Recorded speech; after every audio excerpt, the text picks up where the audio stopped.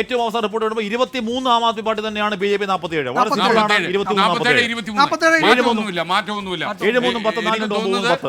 ഒരുപക്ഷെ P K Kunhalikutty പറഞ്ഞതുപോലെ ഇവർക്ക് ഇതൊരു തിരിച്ചറിവാകും. അവര് തിരുത്തേണ്ടത് തിരുത്തട്ടെ, പരിശോധിക്കട്ടെ. ആഷ്മി, അതായത് ഈ ബി ജെ പി എന്ന് പറയുന്ന രാഷ്ട്രീയ പ്രസ്ഥാനത്തിന്റെ ശക്തി ഇവരൊക്കെ അണ്ടർറേറ്റ് ചെയ്യുന്നുണ്ടോ എന്ന് എനിക്ക് സംശയമുണ്ട്. കാരണം എന്തറിയോ, ഇപ്പൊ RSSും അങ്ങനെയുള്ള സംഘടനകളൊക്കെ തന്നെ അതിശക്തമായ തെരഞ്ഞെടുപ്പ് പോരാട്ടത്തിന്റെ നടുവിലുണ്ട്. കേരളത്തിലും നടുവിലുണ്ട്. യഥാർത്ഥത്തിൽ ഈ അടുത്ത ഇലക്ഷനെ കുറിച്ച് ഏതൊക്കെങ്കിലും മുന്നണി കേരളത്തിൽ ആലോചിച്ചോ എന്ന് എനിക്കറിയില്ല. മുഖ്യമന്ത്രിയാകാനൊക്കെ ആളിൽ നടക്കുന്നുണ്ടെങ്കിൽ പോലും നടക്കുന്നു എന്നറിയില്ല. എന്നാൽ RSS പ്രവർത്തനം തുടങ്ങിയെന്നാണ് ഞാൻ മനസ്സിലാക്കുന്നത്. തുടങ്ങി. അപ്പൊ അത്രയും ദൂരെ കൂട്ടി എറിയുകയാണ്, ഒരു മുഴം നീട്ടി എറിയുന്നു. അപ്പൊ അത് എന്തുകൊണ്ട് ഇവർക്ക് എറിയാൻ പറ്റുന്നില്ല എന്നുള്ളത് രാഷ്ട്രീയ ചോദ്യം. ആളെ പൈസക്ക് പൈസ എല്ലാം ഇറക്കുന്നുണ്ടോ, വിഭവങ്ങളെല്ലാം ഉണ്ട്. പക്ഷെ ഇവിടെ പ്രശ്നം തുടങ്ങി. ഇവിടെ ഈ പറയുന്ന ഇന്ത്യ സഖ്യം അല്ലെങ്കിൽ ചേർന്ന് നിന്നല്ലോ എന്നൊക്കെ പറയുമ്പോഴേക്കും ഓരോരോ പാർട്ടികളും അവരവരുടെ അസ്തിത്വം അതത് സംസ്ഥാനങ്ങൾ സംരക്ഷിക്കാൻ അവരുടെ ബാധ്യതയാണ്. കേരളത്തിൽ ഇപ്പൊ ഇനി എന്ത് പശ്ചാത്തലത്തിൽ ഇന്ത്യ സഖ്യം സാധ്യമാവില്ല.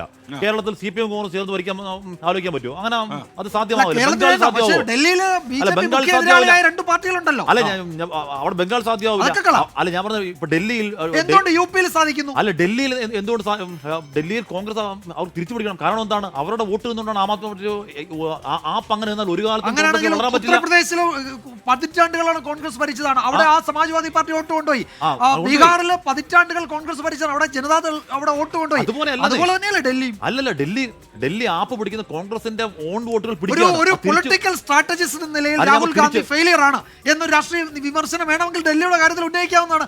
നമ്മൾ അതിനെ പൊതിഞ്ഞ് സംസാരിക്കുന്നതുകൊണ്ട് കാര്യമില്ല. ആഷ്മി, വിട്ടുവീഴ്ച വേണം. BJPക്ക് എതിരെയുള്ള പോരാട്ടത്തിൽ കോൺഗ്രസിനും ആപ്പിനും തുല്യ ഉത്തരവാദിത്തമുണ്ട്.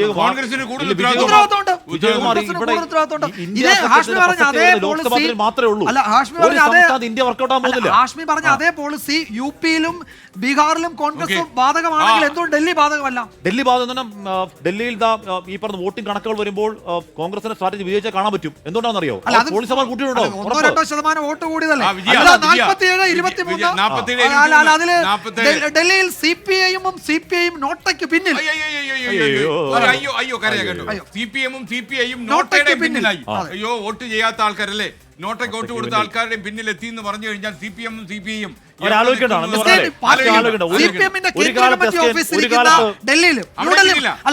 അവരുടെ ചിഹ്നത്തിൽ വോട്ട് ചെയ്യാൻ അവർക്ക് പറ്റുന്നില്ല. സ്കെയിൻ ഇത്തവണ പ്രകാശ് കാരാട്ടും വൃന്ദ കാരാട്ടും ആർക്കാ വോട്ട് ചെയ്ത്? ആപ്പിനായിരിക്കും വോട്ട് ചെയ്തത്. അതാണ് പ്രശ്നം. അതാണ് അവിടുത്തെ ഇടത് പാർട്ടികളുടെ അവസ്ഥ. നിങ്ങള് നല്ല കയറി സംസാരിച്ചപ്പോഴേ ഞാനൊന്ന് പ്രതീക്ഷിച്ചു ആനയും തമ്മിൽ കൂട്ടിയിടിക്കുമ്പോൾ ചുവട്ടിലെ പോച്ചയ്ക്ക് കുഴപ്പമുണ്ടാകും.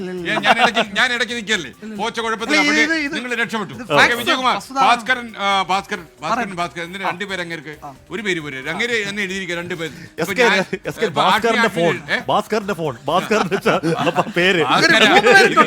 ശരിയല്ല, ഭാസ്കരൻ എന്ന് പറഞ്ഞാൽ നിങ്ങൾ ഒരു ഭാസ്കരൻ പറയുന്നതെന്ന് ചൊല്ലിയോ, അഴിമതിക്കാരെ ആരെയും തുടർ ഭരണത്തിന് ജനങ്ങൾ വിടില്ല. ഡൽഹി ആയാലും അത് കേരളത്തിലായാലും എന്നാണ് അദ്ദേഹം പറയുന്നത്. കുത്തി പറഞ്ഞതാ, അത് അങ്ങനെ തള്ളിക്കളയാൻ പറ്റത്തില്ല. കാരണം അഴിമതിക്കാരെ ജനങ്ങൾക്ക് താല്പര്യമില്ല. ജനങ്ങൾ കുറച്ചു പേർക്കൊക്കെ അഴിമതിക്ക് താല്പര്യം ഉണ്ട്. അത് വാസ്തവമാണ്. അതുപോലെ മനോജ് കുമാർ പറയുന്നു, ഒന്ന് പൊട്ടിക്കരഞ്ഞുകൂടെ നിങ്ങൾക്ക്? എല്ലാരും നമ്മോട് ചോദിക്കുന്നു, പൊട്ടിക്കരഞ്ഞുകൂടെ? വേണമെങ്കിൽ നിങ്ങൾക്ക് വേണ്ടി ഞങ്ങൾ നെഞ്ചത്തടിച്ചൊന്ന് പൊട്ടിക്കരയാമായിരുന്നു അല്ലേ? അപ്പൊ നിങ്ങൾ വിചാരിക്കുന്നത് ഡൽഹിയിൽ BJP അധികാരത്തിൽ വരുന്നത് കൊണ്ട് ഞങ്ങൾക്ക് സങ്കടമുണ്ട്. ഞങ്ങൾക്ക് അങ്ങനെ സങ്കടമൊന്നുമില്ല. ജനാധിപത്യപരമായിട്ട് ആരും തെരഞ്ഞെടുപ്പിൽ അധികാരത്തിൽ വന്നാലും അവർക്കൊപ്പം യഥാർത്ഥത്തില് ഇപ്പൊ നമ്മൾ എൻകൗണ്ടർ ചർച്ചയിൽ നമ്മൾ നിലപാട് സ്വീകരിക്കുന്നത് ശരിയാണ് എന്ന് പറഞ്ഞാൽ അതൊരു ചർച്ചയ്ക്ക് വേണ്ടിയാണല്ലോ. അതല്ലാതെ നമ്മുടെ പ്രിയ പ്രേക്ഷകർ അറിയേണ്ട കാര്യം, നമ്മൾ ഈ തെരഞ്ഞെടുപ്പ് സംപ്രേഷണത്തിലേക്ക് ഇറങ്ങുന്ന സമയത്ത് നമുക്കൊരു പാർട്ടിയില്ല, ഒറ്റ പാർട്ടിയുള്ളത് 24. പിന്നെ പീപ്പിളും ചാനലിന്റെ പേരല്ല ഞാൻ പറഞ്ഞു, പീപ്പിൾ, ജനങ്ങൾ. നമ്മുടെ മാത്രമേ ഉള്ളൂ. അതിനകത്ത് കാണിക്കുന്ന ആവേശങ്ങളൊക്കെ നമ്മൾ കാണിക്കും. ആര് ജയിച്ചാൽ നമ്മൾ ആവേശം കാണിക്കും. അത്രേ ഉള്ളൂ. അല്ല, നമുക്ക് ഇതിനകത്ത് പറയാമല്ലോ, കോൺഗ്രസ് അങ്ങനെ ചെയ്തിരുന്നെങ്കിൽ വേറെ റിസൾട്ട് ഉണ്ടാകും. പറയാനേ പറ്റും. ആപ്പ് ഇങ്ങനെ ചെയ്തിരുന്നെങ്കിൽ ഇതൊക്കെ സംഭവിച്ചിട്ട് പറഞ്ഞിട്ട് കാര്യമില്ല അല്ലേ? പണ്ടത്തെ കവിതയില്ലേ, പാദസാം നിജയം വാർന്നൊഴിഞ്ഞളവ് സേതുബന്ധന ഉദ്യോഗം എന്തോ വെള്ളം ഒഴുകി പോയിട്ട് കെട്ടിയിട്ട് വല്ല കാര്യമില്ല. ഓക്കെ, നമ്മുടെ സ്മിത ഹരിദാസിനെ ഇപ്പൊ ഓർമ്മിക്കുന്നു. ഈ ബാക്കി 2 ലൈൻ ഉടുപ്പ് അടിച്ചാൽ വേണ്ട. 24 സീറ്റ് എസ് ഡൽഹിയിൽ മൊത്തം 70 സീറ്റാണ് ഉള്ളത്. അതിൽ റിസൾട്ട് വരുന്ന 70 സീറ്റുകളിലാണ്. ജയിക്കാൻ വേണ്ടത് 36 സീറ്റാണ്. അതിൽ BJP ഇതിനോടകം 10 സീറ്റ് അധികം 46 സീറ്റുകൾ ലീഡ് ചെയ്യുന്നു. ആം ആദ്മി പാർട്ടി കഴിഞ്ഞ തവണത്തെ 62 നിന്ന് 24ലേക്ക് കുത്തനെ ഇടിഞ്ഞിരിക്കുന്നു. കോൺഗ്രസിന് മറ്റുള്ളവർക്ക് ഒന്നുമില്ല. അതാണ് ഒരു പ്രശ്നം ചുരുക്കം വായിക്കണമല്ലോ.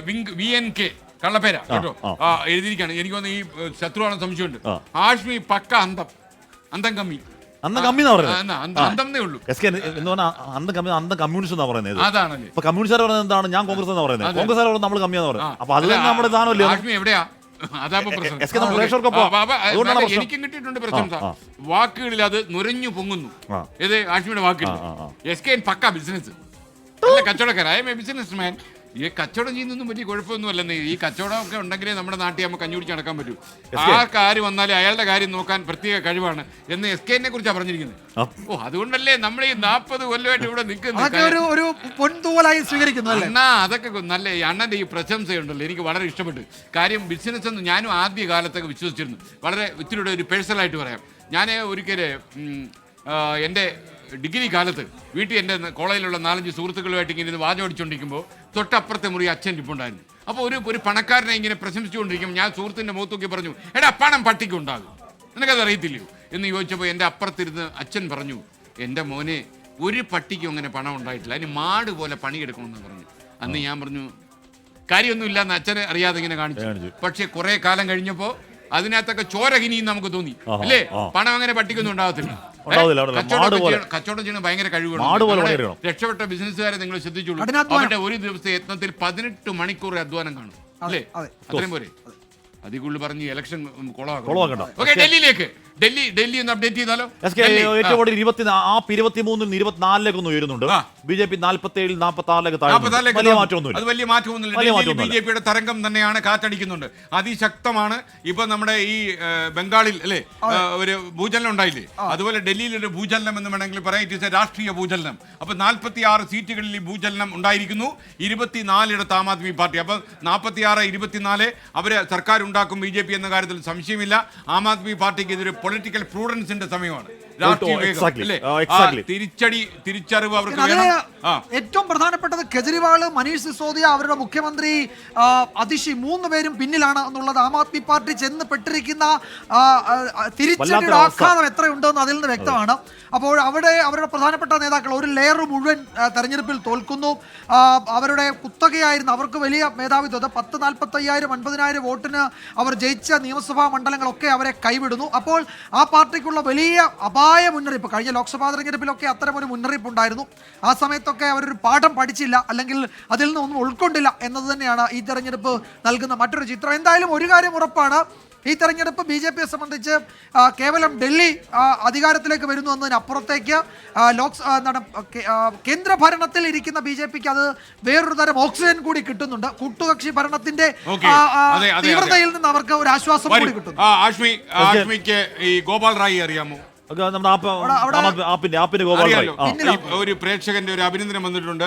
മുഹമ്മദ് ഷക്കീൽ പറയുന്നു, ആഷ്മിയെ കാണുമ്പോൾ ആം ആദ്മി പാർട്ടിയുടെ MLA ഗോപാൽ റായിയെ പോലെയുണ്ട്. അതെങ്ങനെ വന്നു? താടിയുടെ ആണോ? വേറെ പ്രശ്നങ്ങളൊന്നും ഇല്ലല്ലോ.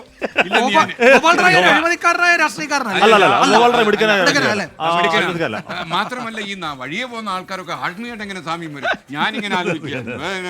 ഷാജി പറയുന്നു കേട്ടോ, വളരെ വിലപ്പെട്ട ഒരു കാര്യം. ഈ പ്രേക്ഷകർ സൂപ്പർ കേസുകളാണ്. ഷാജി പറയാണ്, അതും 2 പ്രാവശ്യമുണ്ട്. ഷാജി ശ്രീയണ്ണ ഇനിയിപ്പോ വിജയ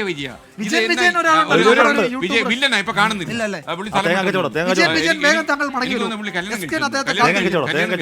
പിന്നെ മിണ്ടത്തില്ലല്ലോ ഷാജി. അതായത് SK ആപ്പ് ഇനി ഡൗൺലോഡ് ആവത്തില്ല. അത് ഷാജി പറഞ്ഞത് കറക്റ്റ് ആണ്. ഇനി ഡൗൺലോഡ് ആവാൻ വലിയ BJP ഡൗൺലോഡ് ആയി കഴിഞ്ഞു. ഇനി നിങ്ങൾ അപ്ലോഡ് ചെയ്യാൻ ശ്രമിക്കണ്ട. പ്രധാന പ്രശ്നം എന്ന് പറഞ്ഞാൽ ആപ്പ് എന്ന് പറഞ്ഞാൽ അവരുടെ തട്ടകം, അവർ ജനിച്ചു വളർന്ന സ്ഥലം ഡൽഹിയാണ്. അത് കൈവിട്ട് പഞ്ചാബിൽ പോയി അധികാരം പിടിച്ചെന്ന് പറഞ്ഞാൽ പഞ്ചാബിലും അവർക്ക് ഈ ഡൽഹിയുടെ വഴിയെ ആശങ്കപ്പെടുന്ന ആൾക്കാരുണ്ടാവും. കാര്യം ഡൽഹി നഷ്ടപ്പെട്ട് കഴിഞ്ഞാൽ അവരുടെ ബാസ്റ്റൺ ആണ്, അവരുടെ നട്ടലാണ് നഷ്ടപ്പെടുന്നത്. അതിൽ പ്രകാരം പിന്നെ പഞ്ചാബോ പിന്നെ അല്ലെങ്കിൽ ഗുജറാത്തിലെ സ്വാധീനം പറഞ്ഞിട്ട് കാര്യമില്ല. നഷ്ടപ്പെടുന്നു എന്ന് പറഞ്ഞാൽ അത് കേവലം നഷ്ടപ്പെടലല്ല. അരവിന്ദ് കെജ്രിവാൾ എന്ന് പറയുന്ന ആ പോരാട്ടത്തെ, ആ റവല്യൂഷനെ മുന്നിൽ നിന്ന് മുന്നോട്ടേക്ക് നയിച്ച, ആ റവല്യൂഷനെ 10-13 വർഷം കൊണ്ടു നടന്ന അതിന്റെ നേതാക്കൾ, പ്രധാനപ്പെട്ട നേതാക്കളൊക്കെ മൂക്കും കുത്തി താഴെ വീണ്. അരവിന്ദ് കെജ്രിവാൾ ആവട്ടെ, മനീഷ് സിസോദിയ ആവട്ടെ, ഈ പറഞ്ഞ അതിഷി ആവട്ടെ, പ്രധാനപ്പെട്ട സോംനാഥ് ഭാരതി ആവട്ടെ, അമാനുല്ല ഖാൻ ആവട്ടെ, പ്രധാനപ്പെട്ട നേതാക്കളൊക്കെ പരാജയം രുചിച്ചൊരു പരാജയമാണ്. എനിക്ക് ഞാൻ ഡൽഹിയിലെ പ്രധാനപ്പെട്ട ഒരു സ്ഥലത്ത് ശ്രീധർ റെസ്റ്റോറന്റ് ആഷ്മിയോട് പൂണ്ടി നിൽക്കുന്നുണ്ട്. നല്ല മലയാളിയുടെ നല്ല മസാല ദോശ കിട്ടുന്ന കടവ. ഞാൻ അവിടെ രാവിലെ ഉച്ചയ്ക്കും രാത്രിയിലും ഒക്കെ 3 നേരം മസാല ദോശ കഴിച്ച് വളർന്ന ഒരു കാലം ഉണ്ടായിരുന്നു.